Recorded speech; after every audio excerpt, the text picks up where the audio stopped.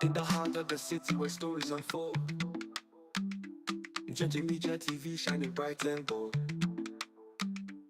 bringing news from the corners of the globe, connects us together, no matter the road. Watch us rise, hear the voices roar, unity and diversity, together we soar. Gentle Media TV, where the world aligns, African stories and catchy designs, news and entertainment at your fingertips, with the pulse of the people. Stay tuned to our clips.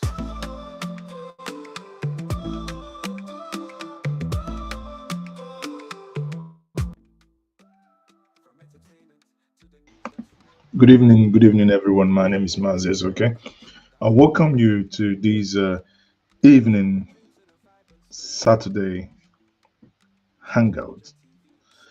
Saturday hangout, and on this evening conversation with me, we will be looking at the new INEC chairman's controversy. Trust Nigerians. Many already have begun to dig deep to say that he is not what he presented himself to be.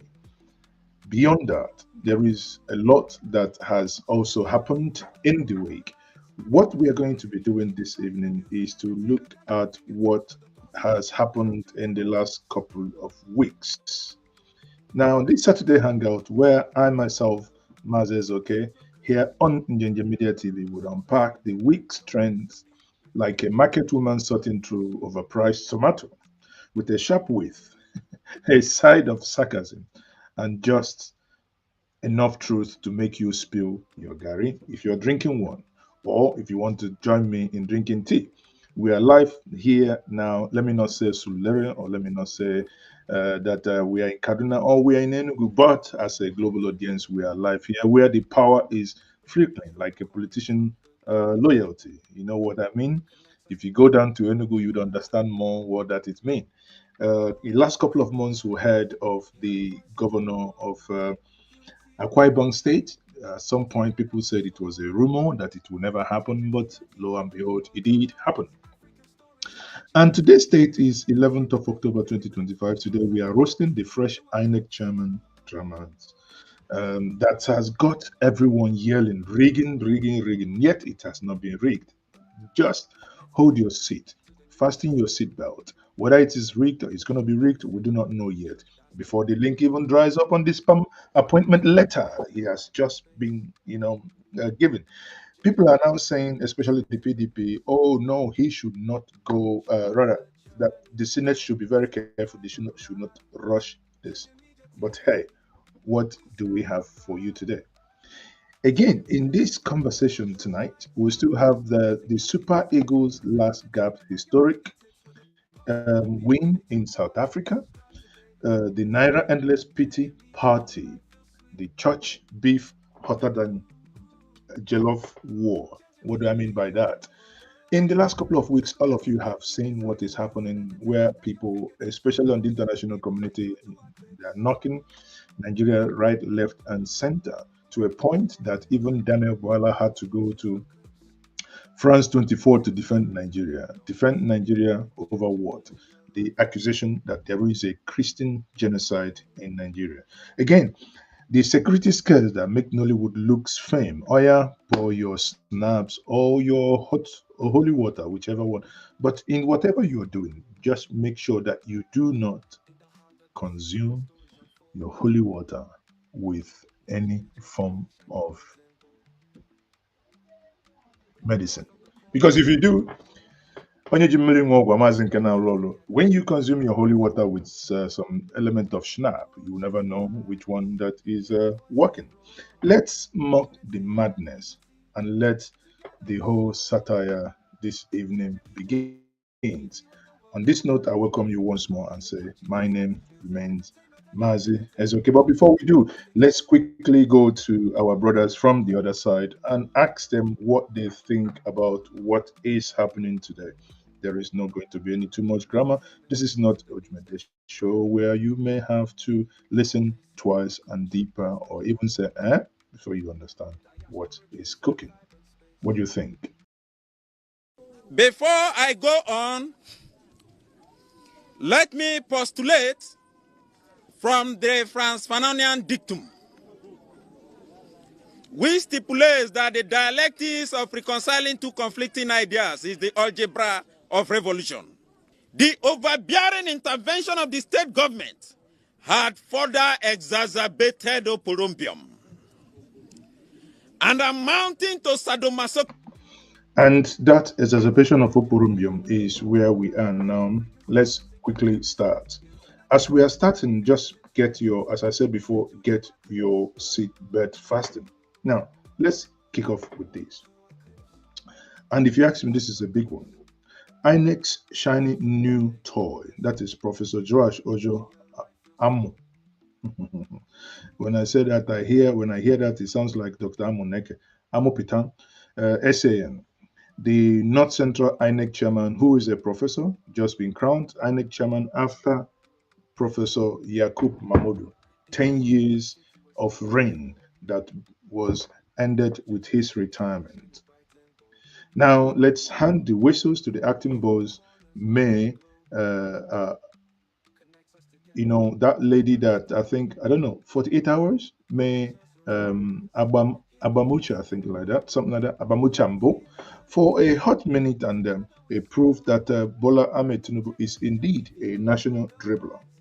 The National Council of States snapped and looked into it, looked into the jigsaw and said, well, they approved. On that, Tinubu carried the whole thing to Ure Nigeria, here comes and here comes your new INEC chairman. From a law professor of electoral overload, all this time it takes to bribe a queue at fuel station. But hey, is there any controversy? Of course, there is no way in Nigeria that you can a thing like that will happen and there is not going to be any controversy. It's thicker than Lagos traffic. Public analyst Dixon Irebu is out here on the Twitter space calling the whole process flawed, saying the council meeting was a ghost town of former heads of state, basically Tinubu picking his own umpire. Well, again, the question is that really true? I do not know. There was this Twitter, no, not, there was this, yes, there was this WhatsApp message that made round where people said that Amopitan, he was in the team of Tinubu's son. Again, sorry if I disappoint you. I can tell you that that is not correct because I've gone into the records when we were going to court and I checked the APC legal team. Out of the 12 of the APC legal team, his name is not there. I know some people who may have bought that. I wouldn't say fake news, but that part of news will probably be disappointed that that is not what they were hoping for. But there is one that has knocked a lot of people. I believe that may even get him, a little bit jittery as I speak to you. And that is that he his credential has some element of K-leg. I don't know. Do not ask me details, but that element of K-leg, according to the person who wrote that a piece that's been circulated in the social media now, they say that if you look at when he started school, when he graduated, and how old he was, that did he start at the polytechnic at 15 and whatnot, that if you do all the calculation based on the year he was born, it appears that the man has something beneath his agbada. Oh, he's an elder in the church, actually. Okay, he's an elder. That means he doesn't wear agbada. He may be wearing tie and suit.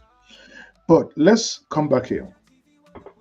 What is begging on all Nigerians, especially the way the PDP has taken this, is would Amopitan take, or would he be able to resist the political influence, like Saint dodging temptation, while warning Nigeria not to accept miracles? Because let's face it, INEC chairmen don't stay clean.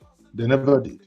From the time of Professor Maurice Iwu, Ateo Rojega had his own. That a story has it that some meeting held in Dubai with certain element of people that eventually led to the sweeping of Goodluck Ebere Jonathan. They get smeared faster than campaign poster with mud. Recall that IPAC, those party advisors, want to yank the the power of appointment from the president altogether. Just said no, the president has no powers to do any appointment. Hand it to independent panel in order to stop this musical chair where the Southwest get dethroned too often and the rest of us fight over the mincemeat. Now, part of the controversy is that many people are saying, "Oh, it is still part of that Tinubu's Yorubanization of his government." Many are saying he is also part of the Yoruba in Kogi. The question is, Yoruba of Southwest, Yoruba of North Central, Yoruba is Yoruba. I promise. Okay, now the first thing we ever heard from the man in question is that he says, I promise to free and fair election unless the gen packs meet count. Well, satire aside, if this guy's screening in the Senate turns into a comedy roast, recall the senator from Enugu State, Nnaji, who was screened by all the people, 192 or 90, sorry, yes, over every senator had his credentials printed. DSS had their security checks made, yet they couldn't find anything. So Nigerians are now hoping that this is not going to be another comedy roller coaster. We will know democracy is still breathing, well, if it at all it does in Nigeria. So let's see what this will bring out.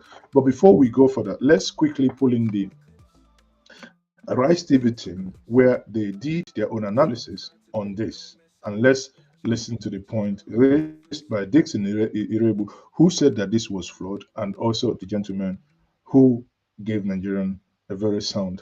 Somebody who is really not known in the system, and he has impeccable, resume, but but not election related.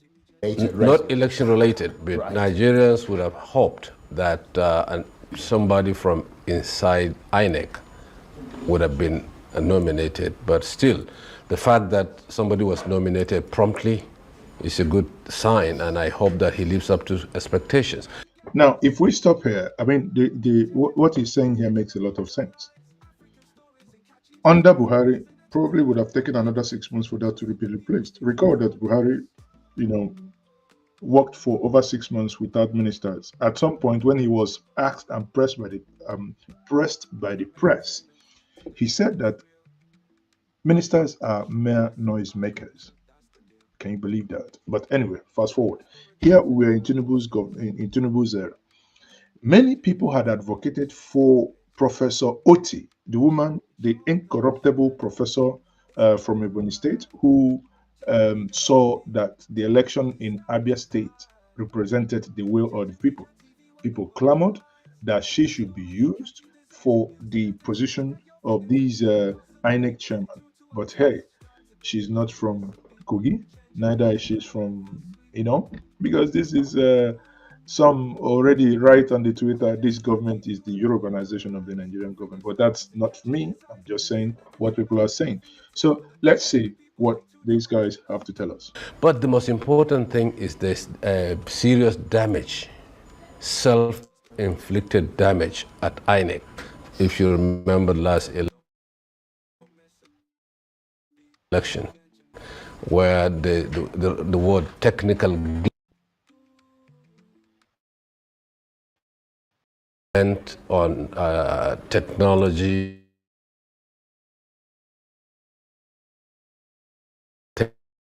things at the last minute when it came to the presidential election. What we got was a technical glitch, which means whatever it meant has damaged the reputation of INEC, no doubt. And instructively, that technical glitch was never explained to the Nigerian people. So he needs to take complete control of the election management system. But hey, hold on. Even in taking control here, even in saying he's going to take control, even in doing that, the question is, will he ever come out to tell Nigerians the meaning of that technical glitch? Would he ever preside over the investigation and prosecution, if any foul play was found? Is he going to do that? Well, without prejudicing what other participants will say, let's quickly find out from what they're saying. The problem is he doesn't have the pedigree as well as the experience needed for that purpose.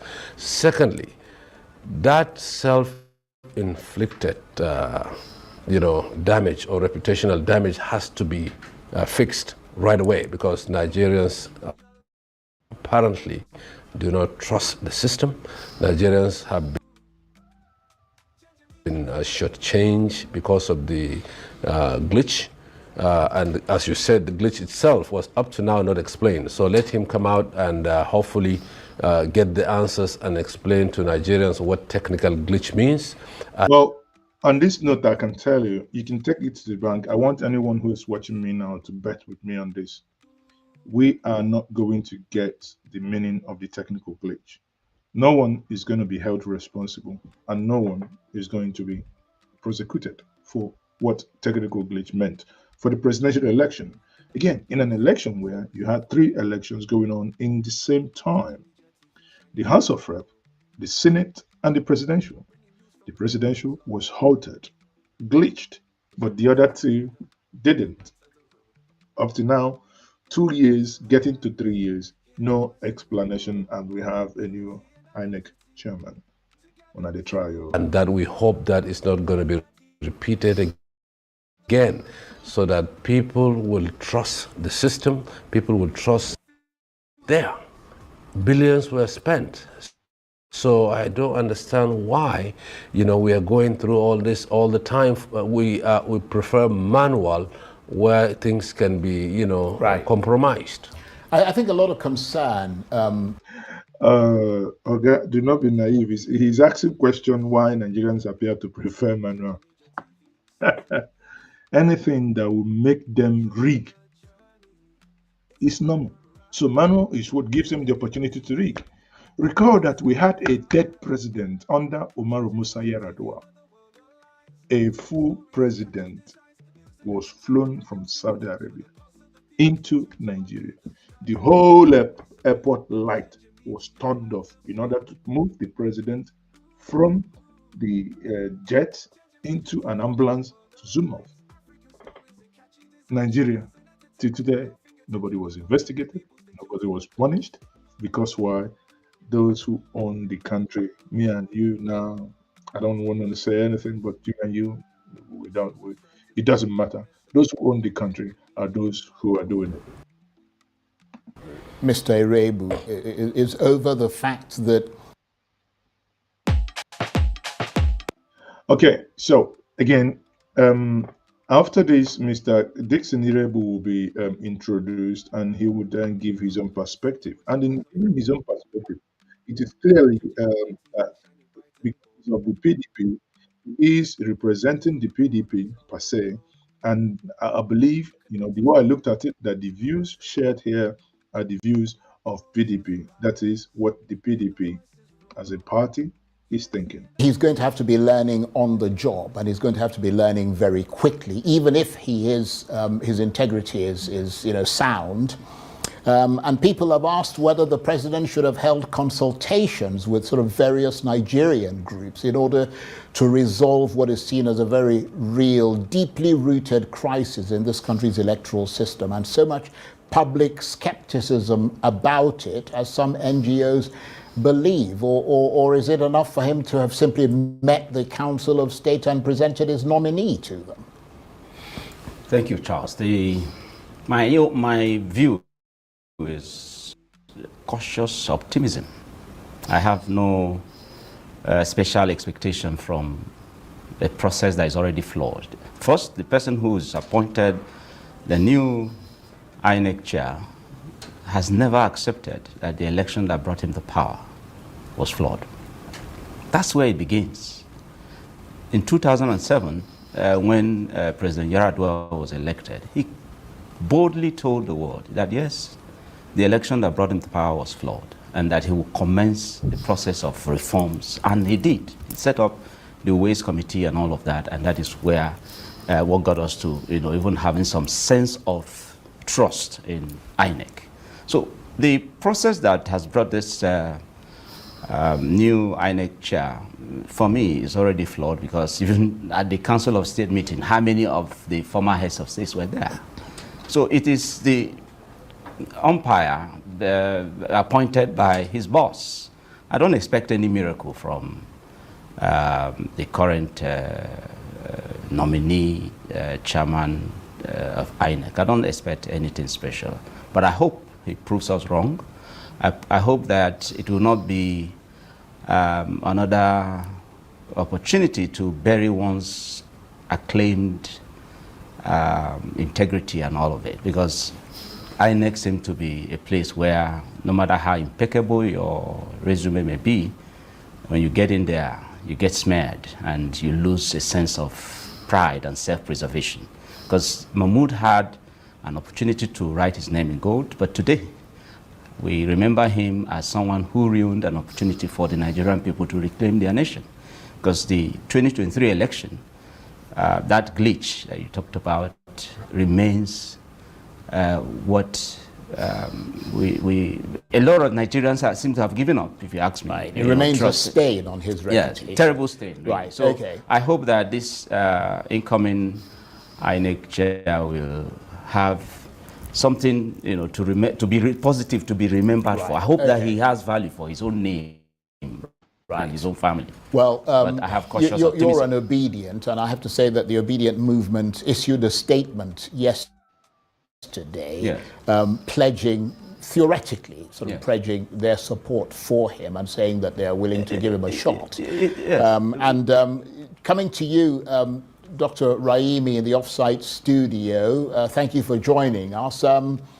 He is, of course, both a kinsman, and this has been emphasized quite a bit, and long-time legal counsel for one of Nigeria's most vocal opposition politicians, Senator Dino Melaye. I mean, what does that tell you about who Professor Amupitan is, and whether he'll inspire trust across the political divide and amongst the Nigerian people, which is obviously essential? Okay, thank you, Charles, for having me. First of all, let me express my condolences over the untimely death of a colleague, your colleague, that we lost. It's a painful loss, and I'm expressing the deepest condolences to the chairman of Arise and This Day Group, as well as management and staff of this great organization. I pray that may God forgive our shortcoming, accept her to eternal kingdom, and as well as give the family and all of us the fortitude to bear the irreparable loss.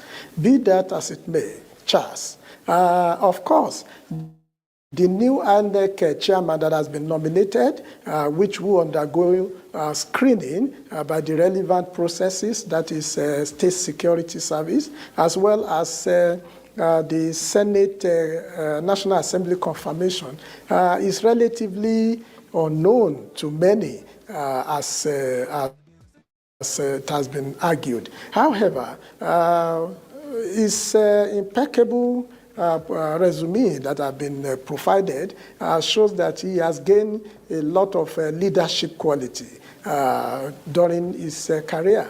A 58-year-old professor of law from Kogi State, North Central.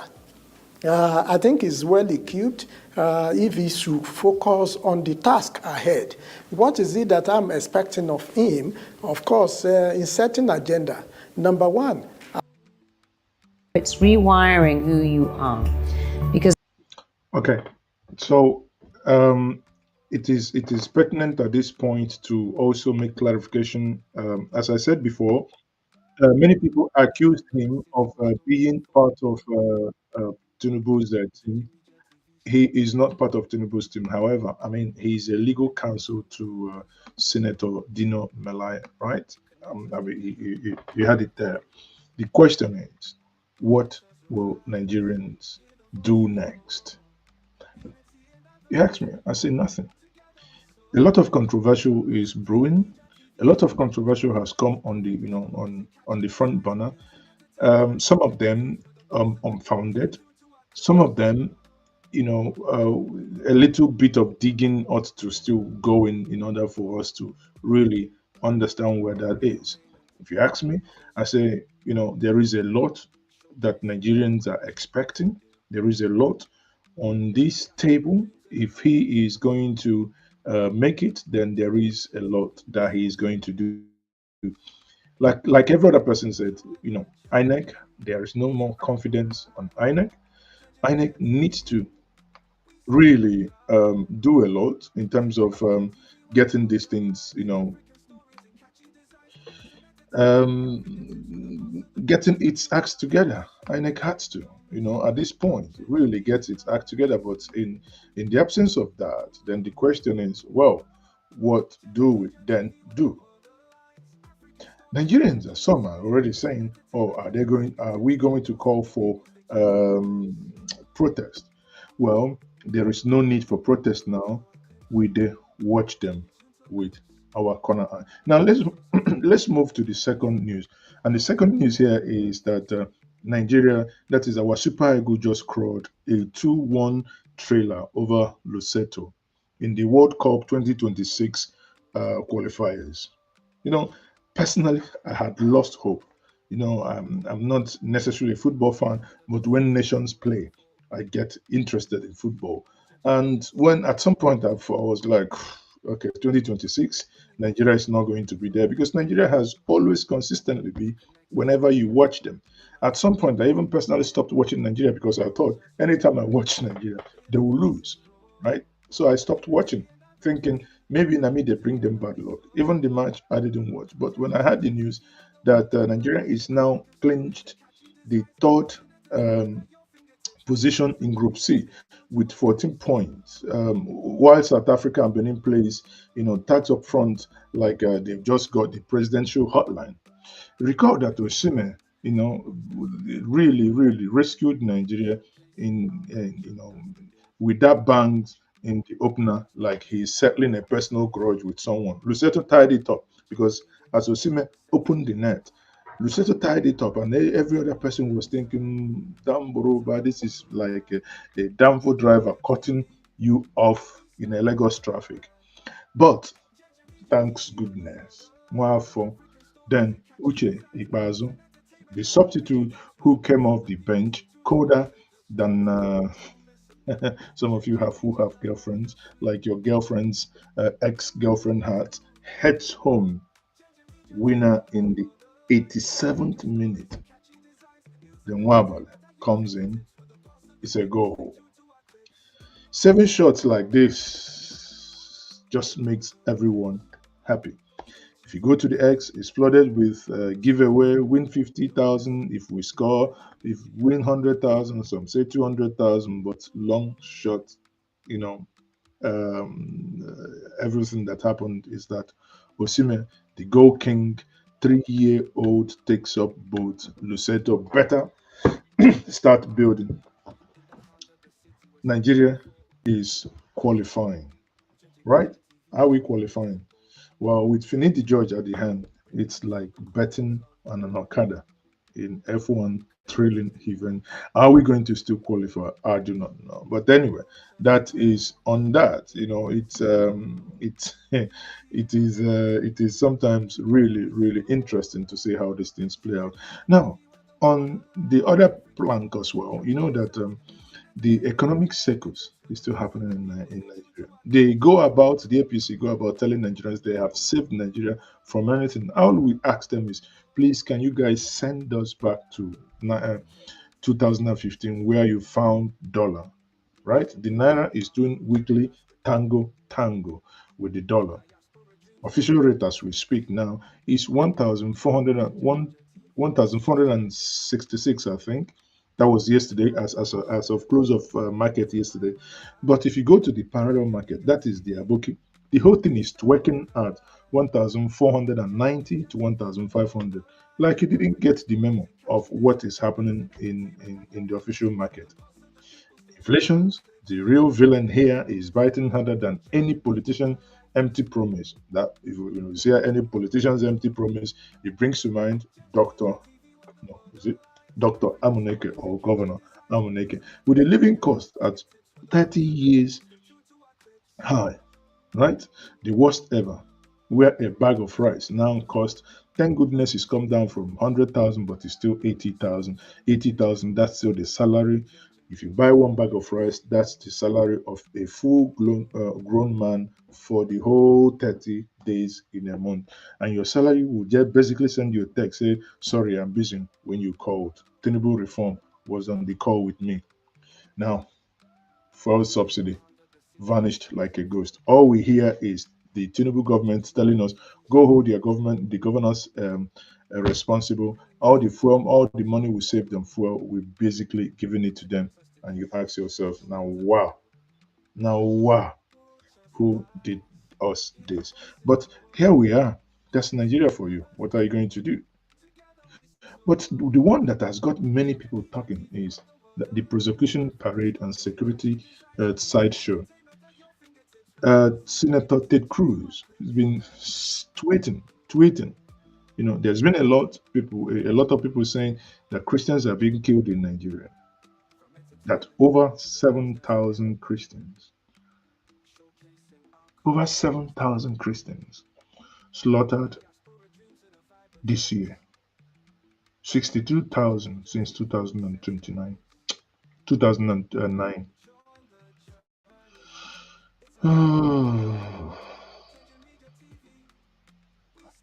You look at this, if we are frank,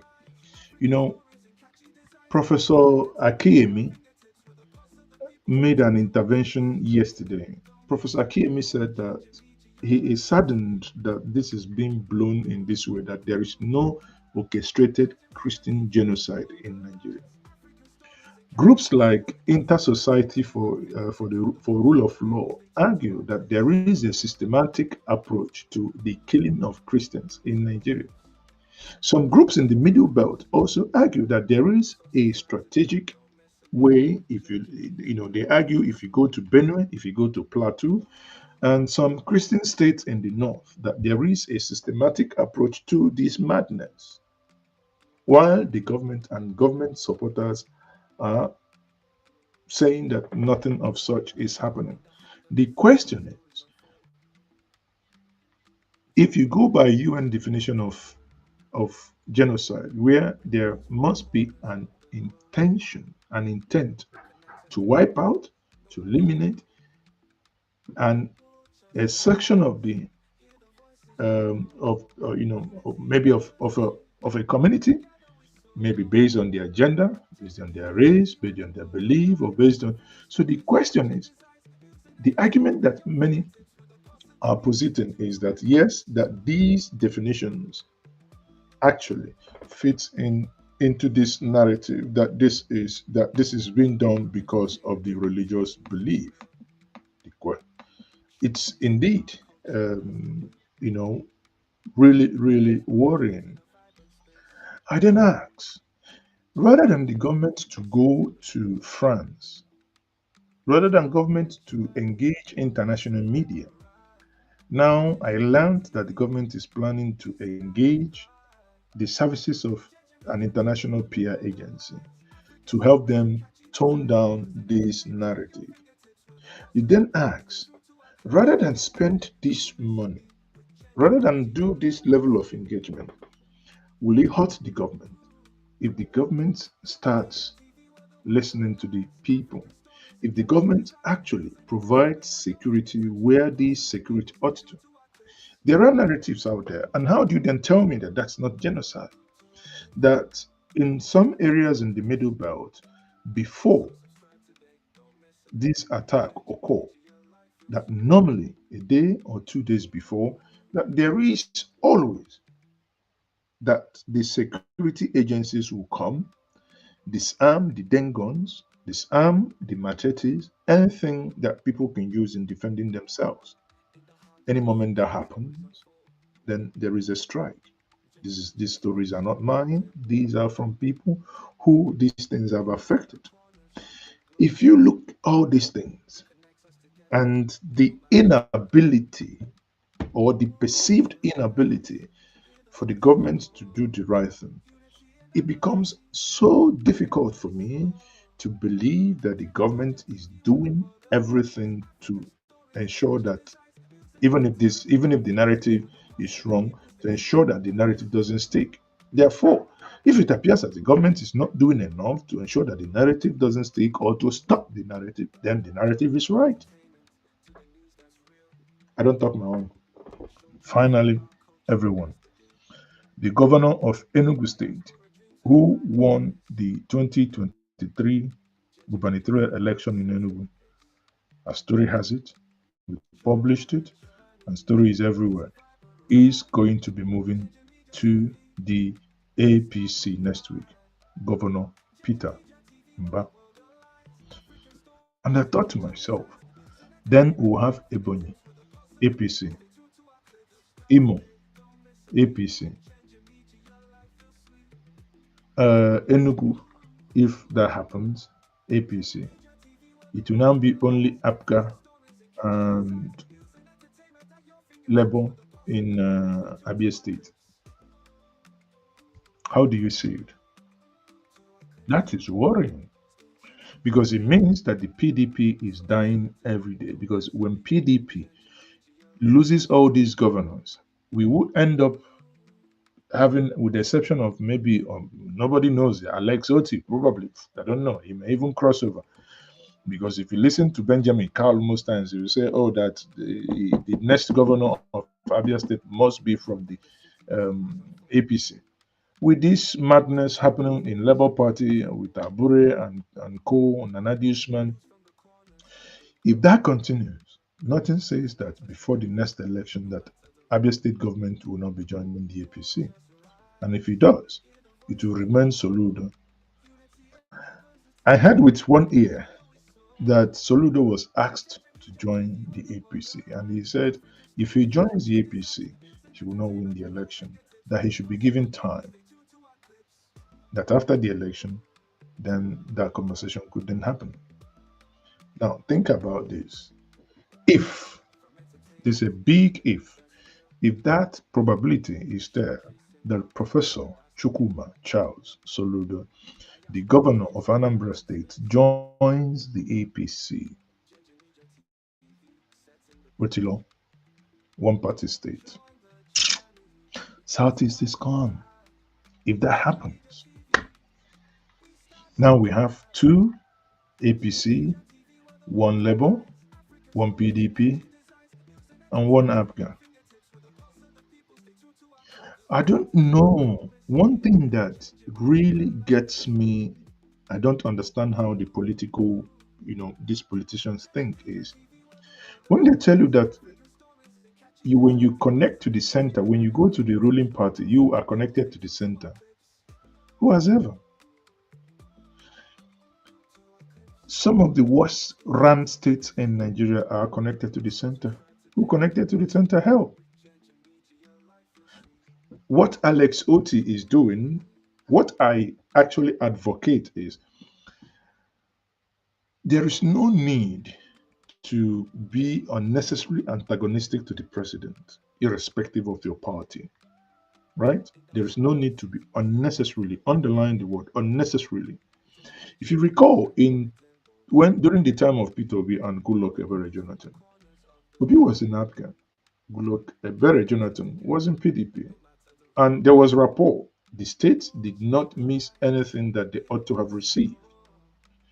Fast forward, Anambra now, Soludo is in APC, in APGA, and the president is in APC. There is mutual respect and rapport.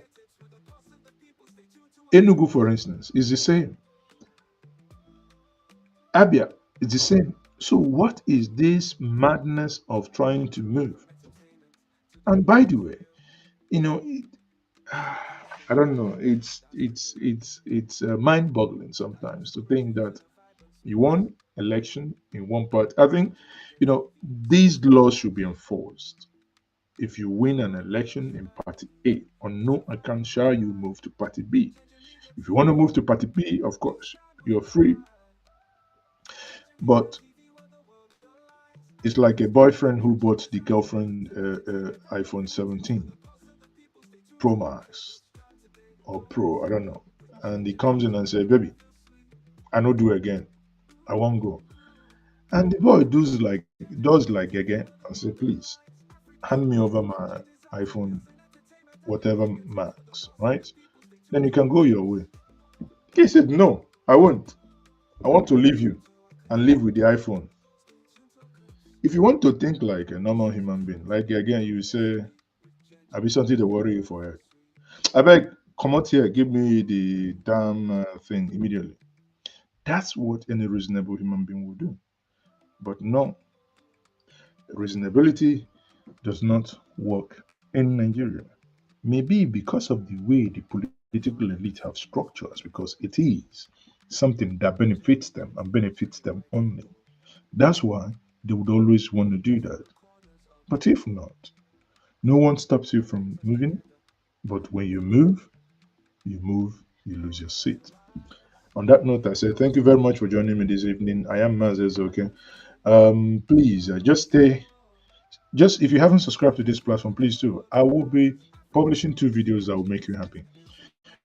I'll be publishing a video how to travel from Abuja International Airport to town in Abuja free of charge. Free. 0 naira. Free. I will show us the video how you can do that. At the same time, I will be publishing a video of my visit to Abia State because as part of my corporate social responsibility, I'm still moving around the southeast. I've gone to Enugu, I've gone to Anambra. My next state that I've just visited is Abia State. I'll be publishing what Alex Oti is doing. You know, ours is that we go around the record and we show you. And in doing that, we also tell you about the good things Alex Oti is doing in terms of security of Abia State. You know, part of the agreement I reached with the head of the security in Abia State is that I wasn't going to show those things they were doing, but I will tell you those things they are doing. Because if they continue what they are doing, Abia State, with Enugu State, may be the safest state in the southeast within the shortest period of time. I am Mazezoke. Please like, share, and subscribe. And I say to us, good night on this podcast.